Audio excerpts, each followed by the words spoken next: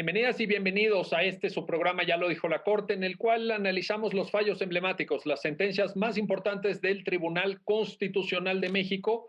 En esta ocasión vamos a platicar con nuestros invitados del amparo en revisión 1216, diagonal 2015, que nos va a permitir entender cómo opera el tema de los derechos de autor en el caso de personas con discapacidad.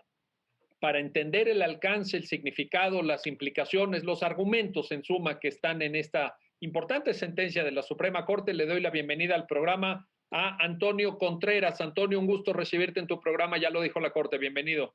Buenas tardes, muchas gracias, un placer estar con todos ustedes. Y para nosotros recibirte, eres muy amable, Antonio. Y le doy la bienvenida al programa también a Natalia Reyes Heroles. Natalia, muy bienvenida. Hola, Miguel, muchas gracias por la invitación. Oye, pues si quieres empezamos contigo, Natalia. Se trata de un amparo en revisión que tiene una serie de datos fácticos, un contexto fáctico que vale la pena recuperar para que la audiencia del programa pueda entender exactamente cómo es que llega el caso a la Corte y cuáles son los planteamientos que hacen los quejosos primero y recurrentes después. Sí, si nos ayudas con eso, Natalia, por favor. Claro que sí, Miguel. Este es un amparo que promueve una madre en representación de su menor hija, siendo ella la autora de un libro. Ella esencialmente alega la inconstitucionalidad de la fracción octava del artículo 148 de la Ley Federal de Derechos de Autor. Esta fracción, todo este artículo, en realidad lo que prevé son casos de excepción a los derechos de los autores y de los artistas. Este precepto prevé que hay ciertos supuestos en que las obras literarias y artísticas ya divulgadas podrán ser utilizadas sin autorización del titular de los derechos y sin remuneración, ¿no? En una serie de casos, entre ellas, en la fracción octava, para la publicación, en casos de publicación de obra artística y literaria sin fines de lucro para personas con discapacidad. Entonces, lo que alega la autora de este libro son esencialmente dos cuestiones, Miguel, que plantea, yo te diría, con lentes convencionales, ¿no? Porque es un planteamiento desde la demanda de amparo trazado principalmente a la luz del convenio de Berna sobre los derechos de autor. Lo que aducía la recurrente es que el convenio de Berna, cuando se refiere a estas excepciones, usa el término reproducción, mientras la Ley Federal de Derechos de Autor se refiere a la publicación. Y entonces ella decía, bueno, publicación incluye no solo reproducción, sino también puesta a disposición del público, esto en términos de la propia Ley Federal de Derechos de Autor. Y consecuentemente esto implica venta. Y por lo tanto la ley está yendo más allá del convenio internacional y vulnerando mis derechos de autor. Y el segundo planteamiento era en el sentido de que el propio convenio de Berna prevé algo que en el derecho comparado se ha denominado la regla de los tres pasos. Y esto es que sí se permite a los estados hacer estas excepciones a los derechos de autor siempre y cuando se cumpla con tres elementos. Primero, que el caso sea un caso especial determinado, ¿no? Como toda restricción a derechos, que esté claramente especificada. Segundo, que no atente contra la explotación de la obra, término que, si ustedes advierten, usa la propia Ley Federal de Derechos de Autor, ¿no? Y tercero, que no haya un perjuicio injustificado a los derechos de autor. Y ahí su argumento esencialmente lo que decía era que el artículo, la fracción octava del 148 no especifica a qué tipo de discapacidad se refiere, ¿no? Y entonces dice ella, bueno, hay muchos tipos de discapacidad y me acuerdo que cita el Tratado de Marrakech y dice, bueno, ahí se especifica que en casos de discapacidad visual pues se podrán emitir otros formatos, pero aquí se habla de discapacidad, ¿no? Y esto es muy amplio y consecuentemente vulnera de los tres pasos del convenio de Berna. El juez de distrito ante este planteamiento, ante estos conceptos de violación, sobresee por un lado y por el otro niega. Y niega esencialmente esencialmente por considerar que la norma es una norma heteroaplicativa. Esto quiere decir que no se puede alegar por su sola entrada en vigor, sino que tenía que haber un acto de aplicación, un acto de autoridad que aplicara este precepto normativo, mismo que no había habido, y le declara inoperante sus conceptos de violación.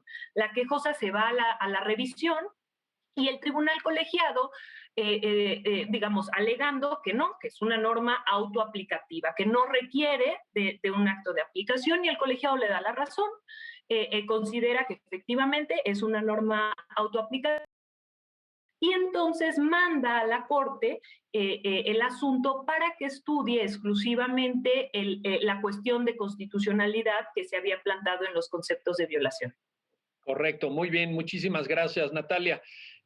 Antonio, el argumento en el análisis que hace la Suprema Corte en la sentencia tiene que ver con una comprensión del concepto de derechos de autor, que a veces, incluso entre abogadas y abogados, no se tiene presente, pero se trata de un tipo de derechos que tiene rango constitucional, están en la Constitución, pues, y como tales, pues podríamos decir que son derechos humanos. Cuéntanos un poco de esta parte de la sentencia. ¿Cómo caracteriza la Corte estos derechos de autor y también quizá, Antonio, las dimensiones de los derechos de autor? Porque tienen significados muy diversos que vale la pena también recuperar para quienes están viendo el programa. Si fueras tan amable, Antonio. Muchas gracias. Claro que sí. Efectivamente, el estudio se aborda a partir del entendimiento que tienen los derechos de autor en relación o en su conjunción, sería mejor dicho, con los derechos de las personas con discapacidad. Justamente desde esta perspectiva se establece un marco teórico que va encaminado a establecer, a denominar los derechos de autor, en segundo lugar los derechos con discapacidad y en tercer lugar cómo es que comulgan o cuál es el discurso que existe entre estos dos derechos, tanto derechos de autor como derechos de las personas con discapacidad.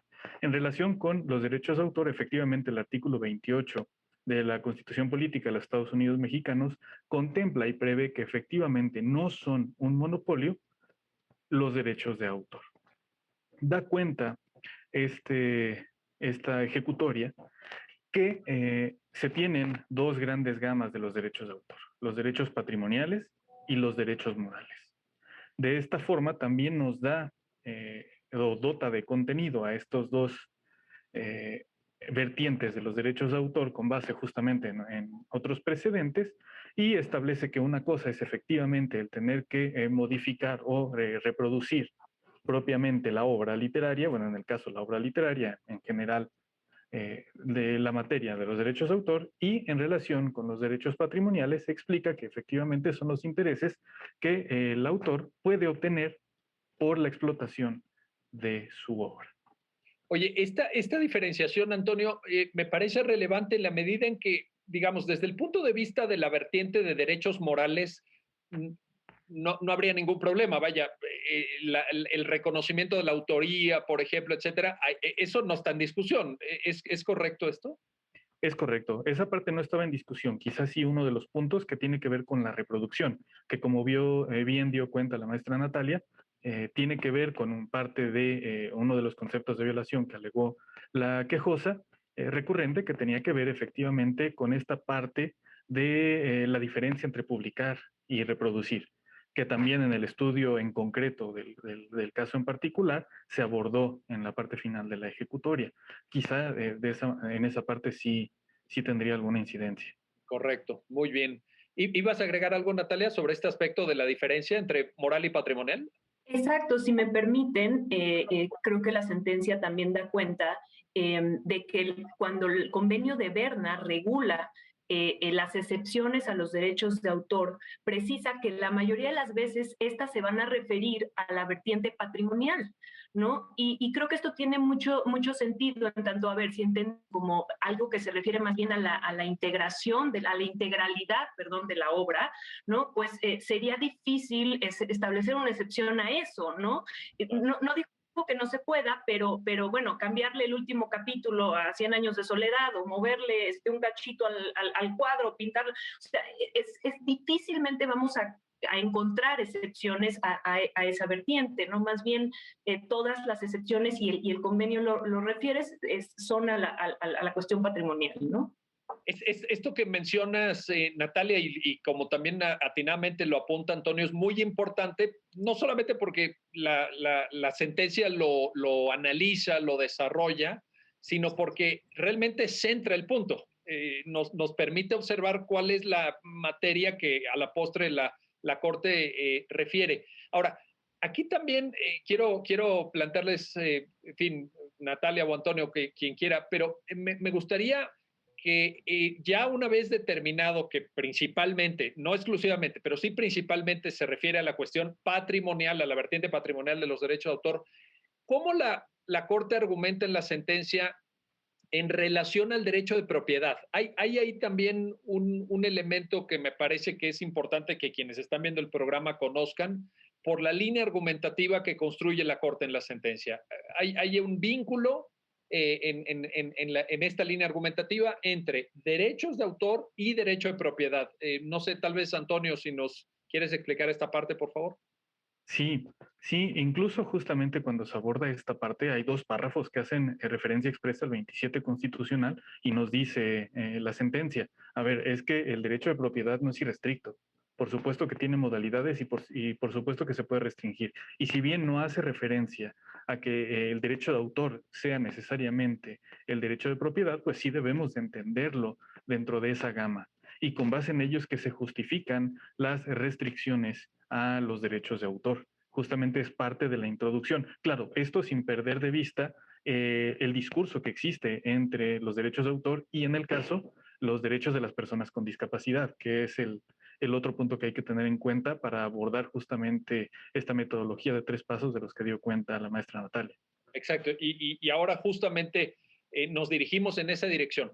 Antes, sin embargo, Natalia, te pregunto entonces, déjame entender bien la construcción argumentativa. Partimos del artículo 28, ya se mencionó, el propio Antonio lo citaba, pero la ubicación de los derechos de autor en el 28, luego la sentencia lo proyecta o lo aproxima, no sé cuál sea el término que mejor describa la secuencia argumentativa, al 27, para efectos de esto que Antonio señala de las modalidades a la propiedad, es decir, porque el 28 no lo menciona, el 28 no hace esa referencia, pero el 27 sí, de la Constitución.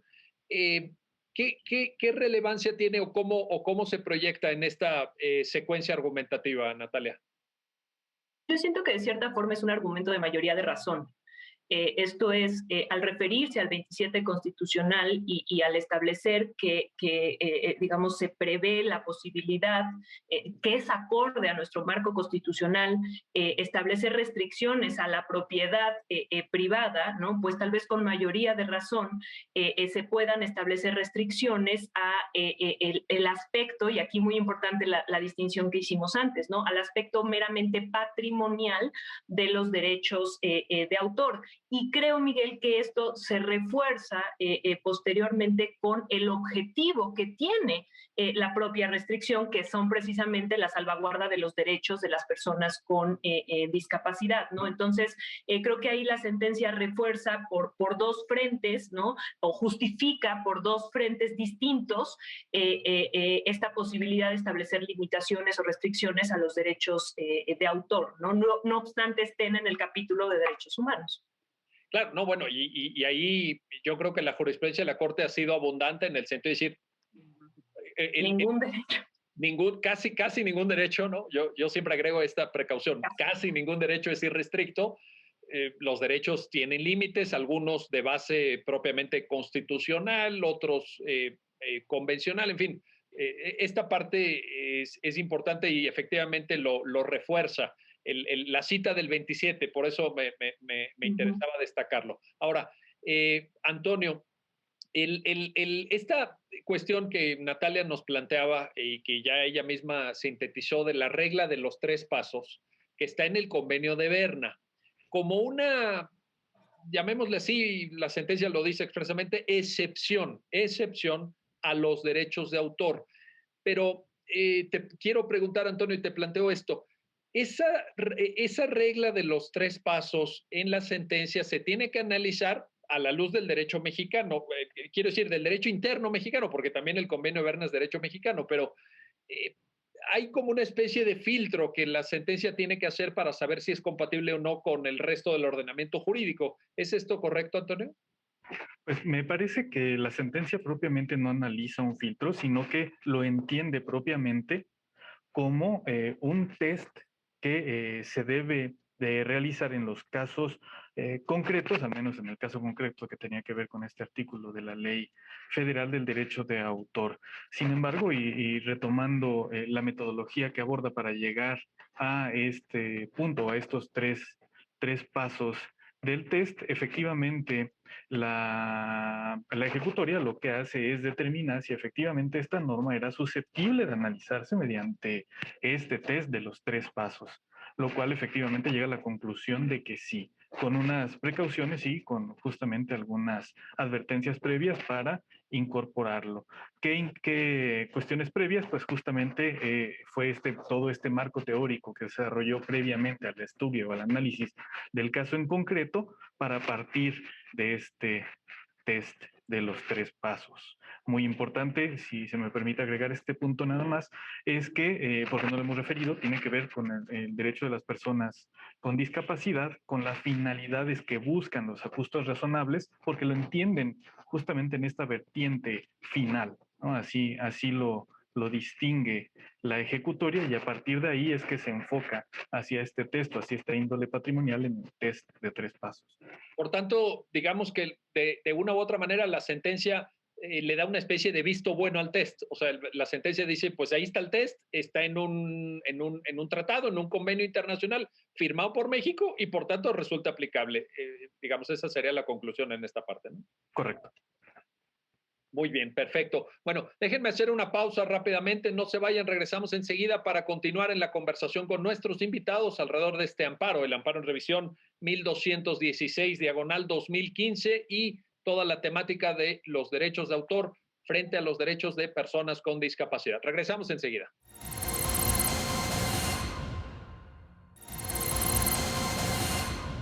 Pues ya estamos de vuelta, ya estamos de regreso para continuar en el análisis sobre esta importante sentencia de la Suprema Corte, el amparo en revisión 1216/2015, los derechos de autor, los derechos de personas con discapacidad y las distintas vertientes que estos temas traen. Voy contigo, Natalia, para plantearte lo siguiente, pues entremos a la otra parte. Ya vimos en el primer bloque el tema de los derechos de autor. ¿Cómo entrarle al tema de derechos de personas con discapacidad? Porque evidentemente la sentencia sugiere una pluralidad de enfoques. Hay enfoques vinculados con igualdad, con no discriminación, hay enfoques vinculados con el modelo que ahora la Corte llama y ha desarrollado en diversos precedentes el modelo social de la discapacidad, en fin. Cuéntanos un poco esa parte de la sentencia, Natalia, por favor.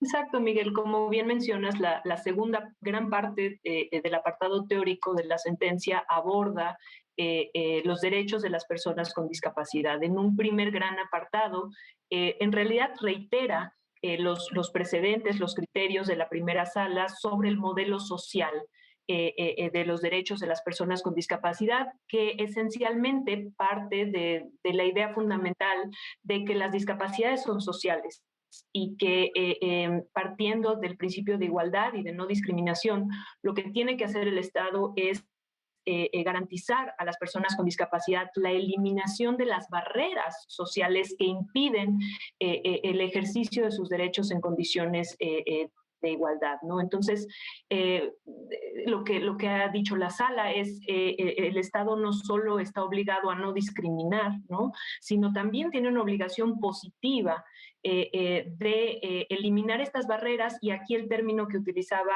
Antonio hace un momento, ¿no? De eliminar, de hacer los ajustes razonables necesarios para que las personas con discapacidad puedan gozar de sus diferentes derechos en un plano de igualdad, ¿no? Y aquí la sentencia se refiere a la Ley General para la Inclusión de las Personas con Discapacidad y a su reglamento, que pues prevén los diversos tipos de discapacidad, ¿no?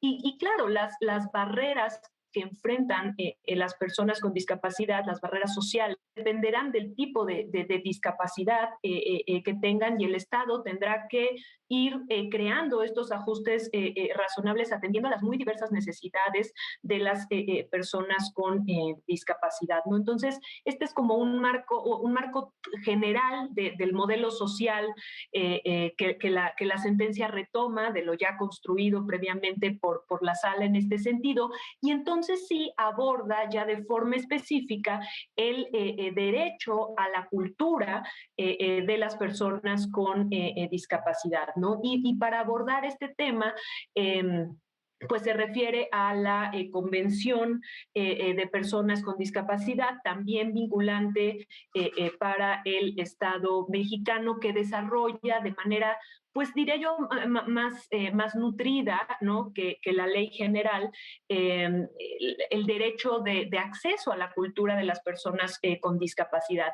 Y este tratado introduce un término que después en la sentencia va a ser importante, que son los formatos accesibles. Se establece que los estados tienen que garantizar a las personas con discapacidad el acceso a la cultura a través de formatos accesibles, ¿no? Esto es, los formatos originales se tienen que modificar para permitir, dependiendo de las diversas barreras que encuentren las personas con discapacidad, para permitirles el acceso cultural, ¿no? Y si no mal recuerdo, este convenio hace referencia hasta la necesidad digamos, asegurar a las personas con discapacidad la entrada a monumentos, o sea, también una cuestión física, ¿no?, de accesibilidad, a bibliotecas, pero bueno, en lo que se refiere a obras artísticas, a obras literarias, se refiere a formatos accesibles. Y ahí hay una previsión que me parece importante, Miguel, en el sentido de que la propia convención advierte la posible tensión, diálogo entre los derechos de las personas, el derecho de acceso a la cultura de las personas con discapacidad y los derechos de autor, porque expresamente la convención dice la propiedad intelectual no puede constituir una barrera al ejercicio de este derecho de acceso a la cultura para las personas con discapacidad. Y de hecho prevé que creo que la Secretaría de Cultura tiene que garantizar, digamos, el acceso a la cultura, pero no se prevé tan claramente que, bueno, esto va a entrar en conflicto o en diálogo con los derechos de autor, ¿no? Pero, bueno, la sentencia da cuenta de esto en relación específicamente del derecho a la cultura de las personas con discapacidad. Correcto. Ahora, aquí te quiero plantear lo siguiente, Antonio. Y obviamente puedes agregar todo lo que consideres a lo que acaba de apuntar muy claramente Natalia, pero me gustaría, si nos ayudas, Antonio, a entender si es relevante y en qué medida hacer una diferenciación por tipo de discapacidad, porque entiendo que uno de los argumentos de la parte quejosa y luego recurrente tenía que ver con esto, con que la ley mexicana establecía la excepción de los derechos de autor para personas con discapacidad sin ningún otro matiz, sin ninguna diferenciación. La pregunta muy concreta, Antonio, es, ¿vale la pena hacer esta diferenciación? ¿No vale la pena? ¿Tiene sentido? ¿O cualquiera que sea la discapacidad? Porque evidentemente pues hay discapacidades de distinto tipo, de diversa naturaleza, con distinto alcance, etcétera. Antonio, por favor. Muchas gracias. Sí, y de acuerdo, quiero iniciar justamente agregando un comentario a lo que bien dijo la maestra Natalia y de ahí justamente abordar la cuestión planteada.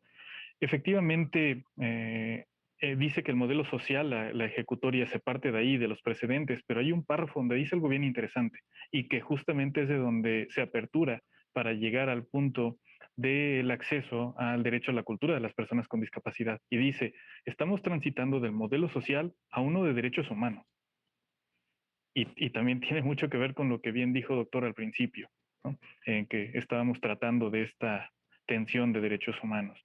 Partiendo de ahí, también la consulta desarrolla los tipos de discapacidad. Ahora, efectivamente se trata de una cuestión sobreinclusiva. El argumento básico de la quejosa es que el artículo es sobreinclusivo. porque es tan amplio que justamente tiene que ver con cualquier tipo de discapacidad y que no necesariamente todas las discapacidades están estrechamente relacionadas con la materia del precepto.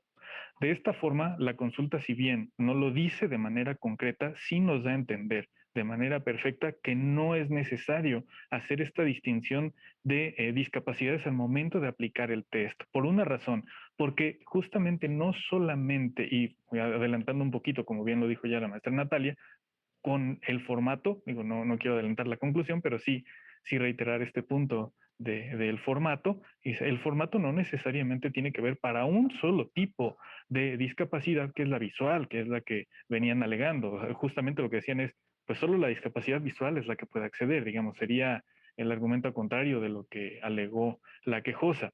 También la consulta nos dice, pues que podemos encontrar el caso en que haya personas que no puedan sostener la versión, Claro. no nada más no la puedan ver, sino que no se pueda sostener. Es decir, a partir de discapacidades motrices, tampoco se pueda tener ese acceso a el derecho a la cultura. Y de esta manera, por eso estimo que no era necesario que en la ejecutoria se distinguiera entre los tipos de discapacidad, sino que ciertamente tendría que ser abordado, ¿no?, en términos amplios para cualquier discapacidad, motriz, intelectual, mental, visual, etcétera. Oye, déjame regresar un paso, Natalia, para plantarte esto.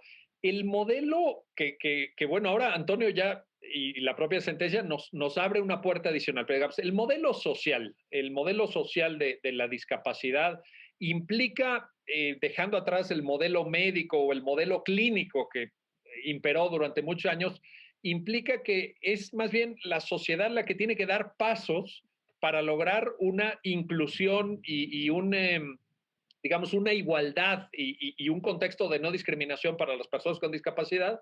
Y en este sentido, habría que tomar ese concepto que tú mencionaste, Natalia, ajustes razonables en función del tipo de discapacidad.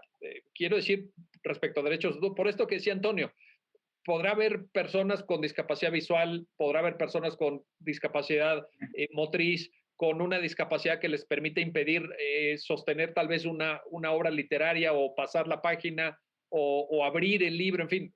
La verdad es que el mundo de la discapacidad es muy amplio y como derecho humano que estas personas evidentemente tienen, pues la sociedad tiene que hacer estos ajustes razonables, estas adaptaciones.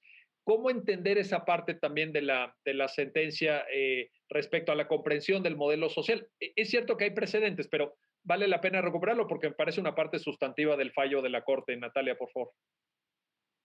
Sí, Miguel, yo creo que lo pones muy claro, ¿no? El enfoque previo al modelo social había sido que de cierta forma las personas con discapacidad tenían que hacer el esfuerzo, tenían que adaptarse digamos, a las estructuras previamente establecidas, ¿no? El modelo social parte, digamos, del entendimiento que es la sociedad la que tiene que construir eh, eh, los tabiques necesarios y a la altura necesaria para que las personas con cualquier tipo de discapacidad, ¿no? Ahí, claro, sin importar la discapacidad, más bien atendiendo a sus necesidades, ¿no? Somos nosotros los que tenemos que construir estos ajustes para que ellos puedan gozar sus derechos en condiciones de igualdad. Entonces, el enfoque, Miguel, pues creo que es totalmente distinto a lo que a cómo se entendía que se podían ejercer los derechos y más que nada en la plena eficacia del principio de igualdad y de no discriminación, ¿no? Sí, que es algo que se ha venido construyendo. También en estos temas se han dado pasos. No quiere decir que ya estemos en la mejor situación posible o que no queden análisis por realizar en el campo jurisdiccional, en el legislativo, en las políticas públicas que tienen que llevar a cabo las administraciones públicas. Evidentemente estamos ante un contexto en donde necesitaremos probablemente durante años o tal vez décadas seguir pensando, seguir analizando, seguir aportando y dando pasos en la dirección correcta, porque esta sentencia creo que se ubica en ese supuesto. Ahora, quiero regresar contigo, Antonio, para lo siguiente. La sentencia, evidentemente, me parece que puede ser analizada desde tres distintas estructuras de argumentación.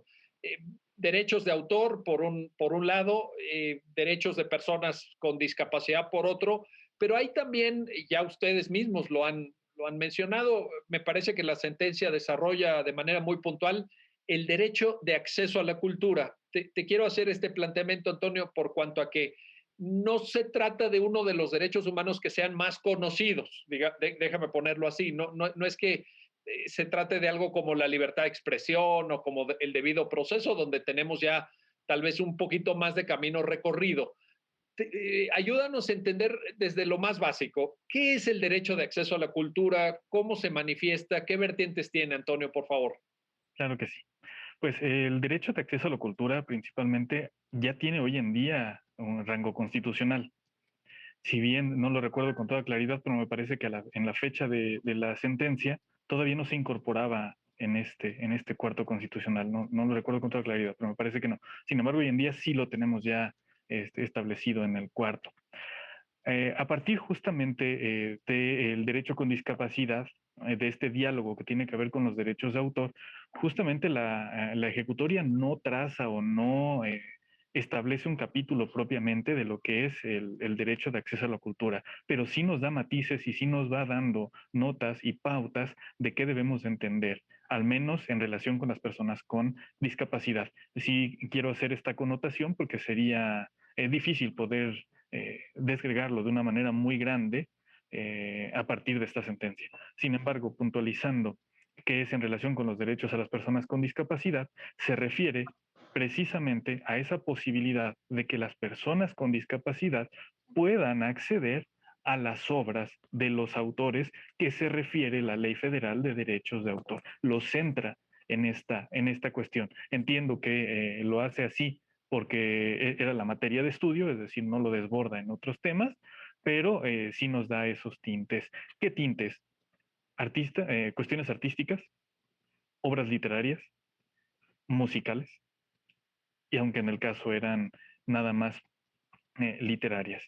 Ahora, en relación con las vertientes, aquí sí creo que en una cuestión muy práctica de este derecho de acceso a la cultura en relación con las personas con discapacidad, sí creo que tiene que ver ahora con la caracterización de cada una de las discapacidades, porque a partir de ahí va a ser la cultura que se pueda adquirir. Es decir, es un tema justamente difícil, pero creo que no sería el propio entendimiento de cultura que pudiese tener una persona con debilidad visual a una persona que tenga alguna discapacidad motriz por no tener alguno de los miembros, ya sean superiores o inferiores, etcétera, etcétera.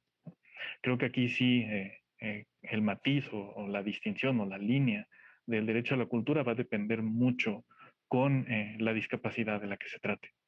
Discapacidad que se expresa de manera plural, de manera muy diferente, y en ese sentido el ordenamiento jurídico, el internacional y el interno mexicano, pues contemplan una protección lo más amplia posible. Por eso esto que señalas, Antonio, es muy, muy importante. Hay que entender a la discapacidad en toda su expresión, con las distintas formas, porque en ese sentido, como derecho humano, no vale, no se puede discriminar por tipos de discapacidad. Bueno, déjenme hacer una pausa, no se vayan, regresamos enseguida para continuar en el último, el del tercer bloque del programa, en el análisis y comentario de esta importante sentencia, el amparo en revisión 1216, diagonal 2015. Regresamos enseguida.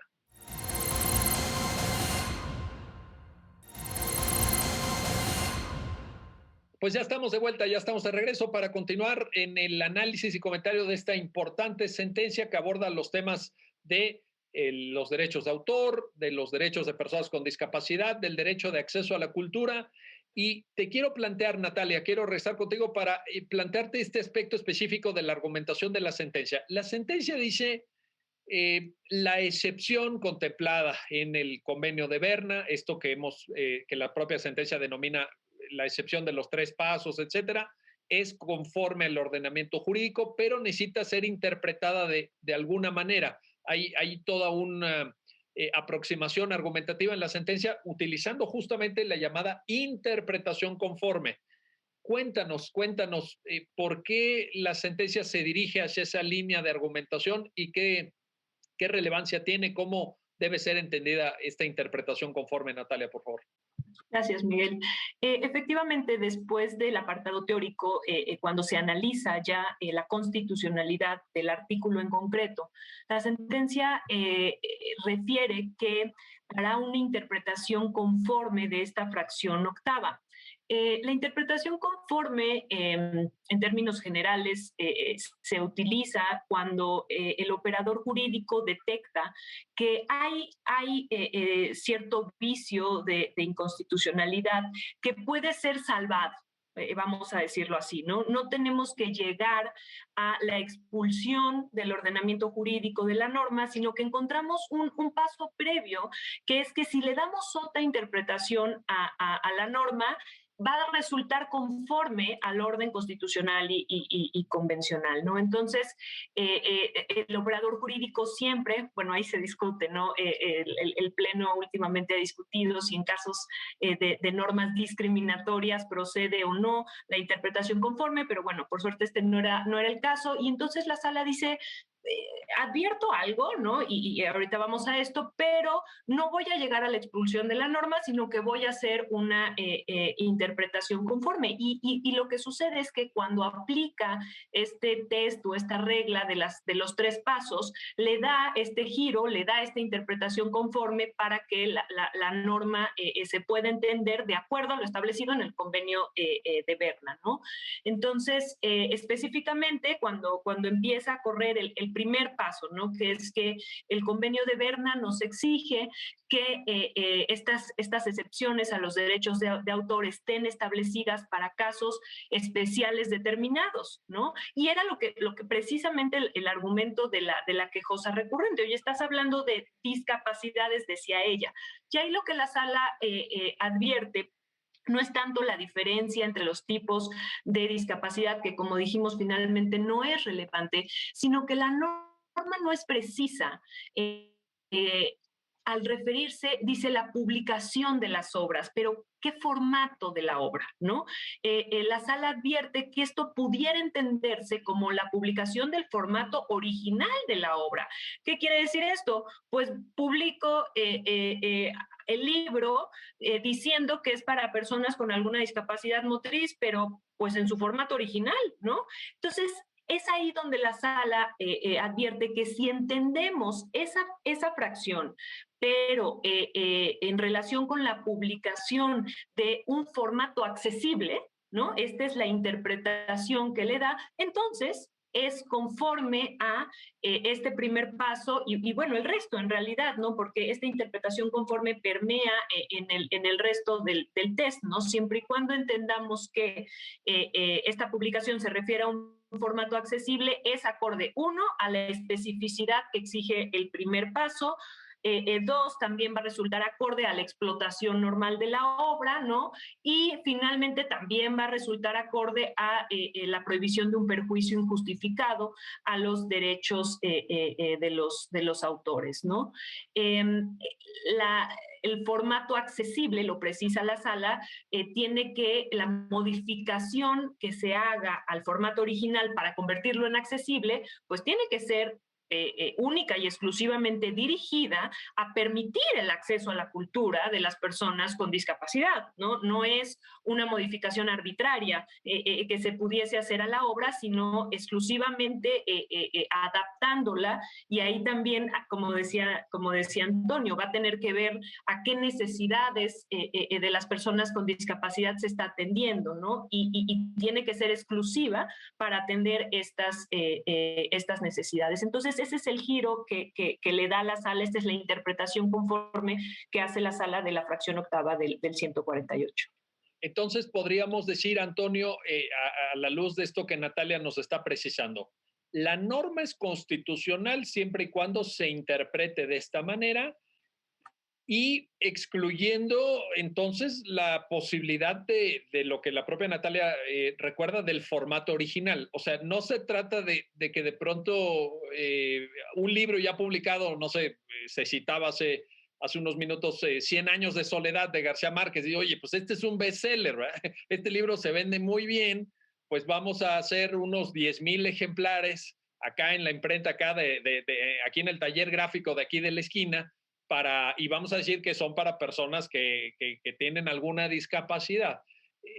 Por tanto, en esta parte la sentencia, Antonio, es, digamos, salva la norma, pero a la vez excluye de algunas posibilidades del término reproducción o publicación. Más bien, si quieren, dejamos la diferencia entre reproducción y publicación para otra pregunta adicional, pero por lo menos hace esta salvedad, esta salvaguarda, Antonio. ¿Es esto correcto? Sí, sí es correcto. Y de hecho, de manera precisa, en la primera grada de análisis o en este test de 3 pasos, en el primero, justamente este primer paso, la ejecutoria distingue o lo divide en 2. Primero, que sea el caso determinado o especial, pero un segundo que tiene que ver con seguridad jurídica, que es la limitación en el campo de aplicación. Justamente en esta parte que tiene que ver con la limitación en el campo de aplicación, es donde dice la norma, es que es justamente tan abierto, no en relación con la discapacidad, pero sí en la forma en que se va a publicar. Ahí es donde está el posible vicio de constitucionalidad y aclara la sentencia. Dice, pero no se va a entender inconstitucional si entendemos esta otra parte que tiene que ver con el formato en el que se reproduzca y haga pública la obra. Lo aclara y justamente a lo largo de esta aplicación, en particular al caso en concreto del test, nos dice, siempre que no se trate del formato original, incluso agrega algo, ¿no? También dice, y su adecuación a las tecnologías, que esa es otra parte muy importante que tiene que ver con los tipos de discapacidad. Por ejemplo, el audiolibro, ¿no? Claro. Sería.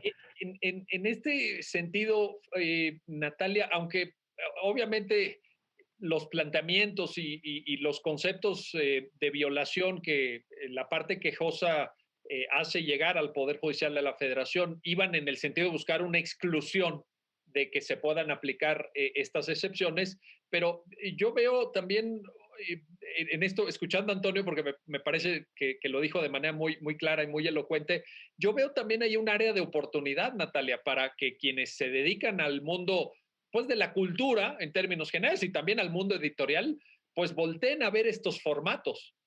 Pienso, y ahí es donde te quiero preguntar, pero estamos hablando de formato en braille, por ejemplo, estamos hablando de, he visto también algunos libros, por ejemplo, con letras grandes para que sea más fácil la lectura, porque de repente, ya sabes, sobre todo en ediciones de bolsillo, pues hay una mini letra, ¿no? Que ya de repente cuesta muchísimo a ciertas edades, ¿no? Entonces, no hay también, Natalia, una invitación, una llamada de atención de la Corte, o podríamos interpretarlo así en la sentencia para que se hagan cosas, o sea, la puerta está abierta, la Corte abre la puerta. Ahora, le queda ya también la responsabilidad a los actores sociales. ¿Cómo leer esta posibilidad que la sentencia abre, Natalia Reyes de Roles, por favor?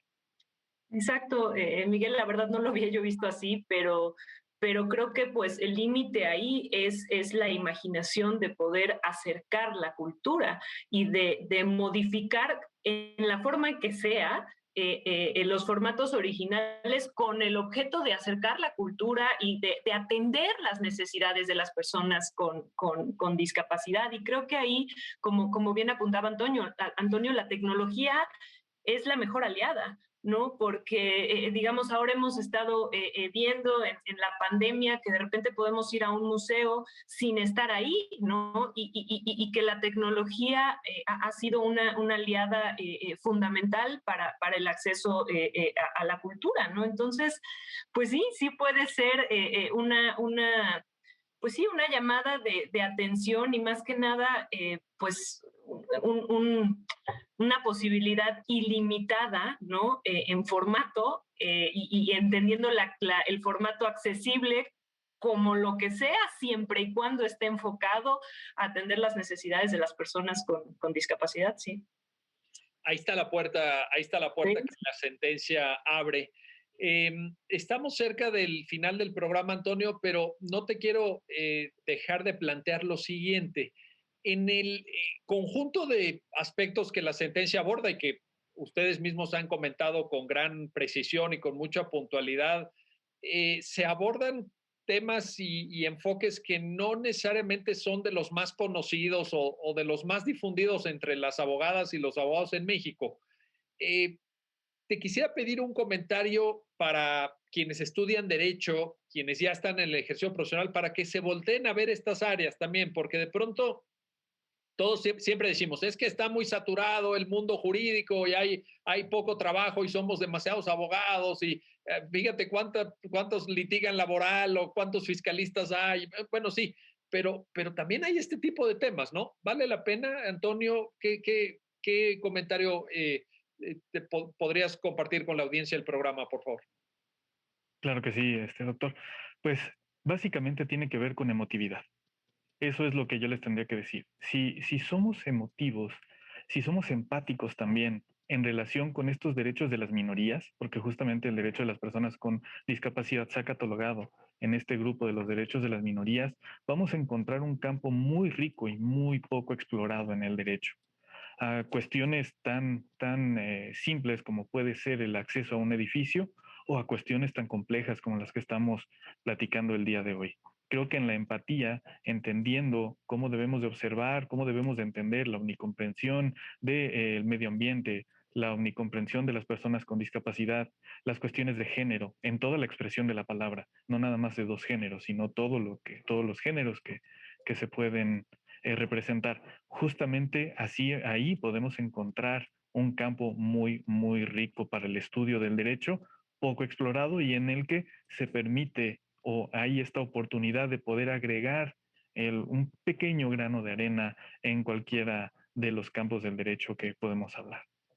Pequeño grano de arena, me encanta tu expresión, Antonio, aunque para las personas que están involucradas seguramente será un gran paso también, será algo que pueda tal vez llegar a incluso a cambiar una vida, ¿no? No hay que tampoco dejar de ver esta área de oportunidad. Qué extraño, qué difícil, pero qué necesario, Natalia, para concluir, hablar con estas palabras que Antonio acaba de citar. Creo que es la primera vez que en el programa, y ya llevamos bastantes episodios, tú has estado en varios de ellos, Natalia, y no había escuchado yo la palabra empatía o la palabra emotividad como algo que los abogados, las abogadas, tenemos que tomar en cuenta. Qué gran llamado de atención nos hace Antonio. Natalia, un comentario final para cerrar. Me encanta, me enchina la piel, Antonio. Creo que a veces nos deshumanizamos, no solo como operadores de justicia, sino en general como abogados, ¿no? Y al final, pues estamos entre seres humanos, todos diferentes, todos con necesidades diferentes, y la única forma de realmente entender al otro género, al otro, lo que sea, es tratar de salirse de uno mismo y ver a través de los ojos de alguien más, ¿no? Entonces, me quedo sin duda con la empatía de Antonio.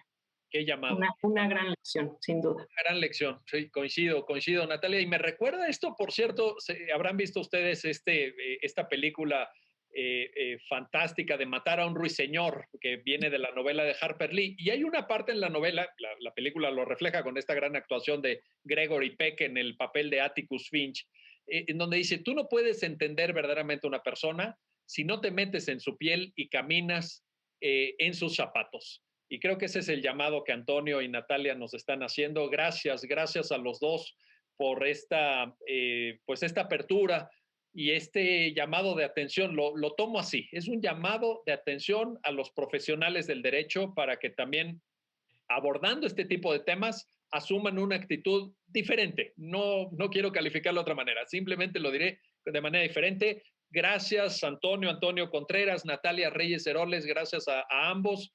Y gracias a usted que hace posible su programa, ya lo dijo la Corte, en el cual analizamos los fallos emblemáticos, las sentencias más importantes del Tribunal Constitucional de México. Hasta pronto.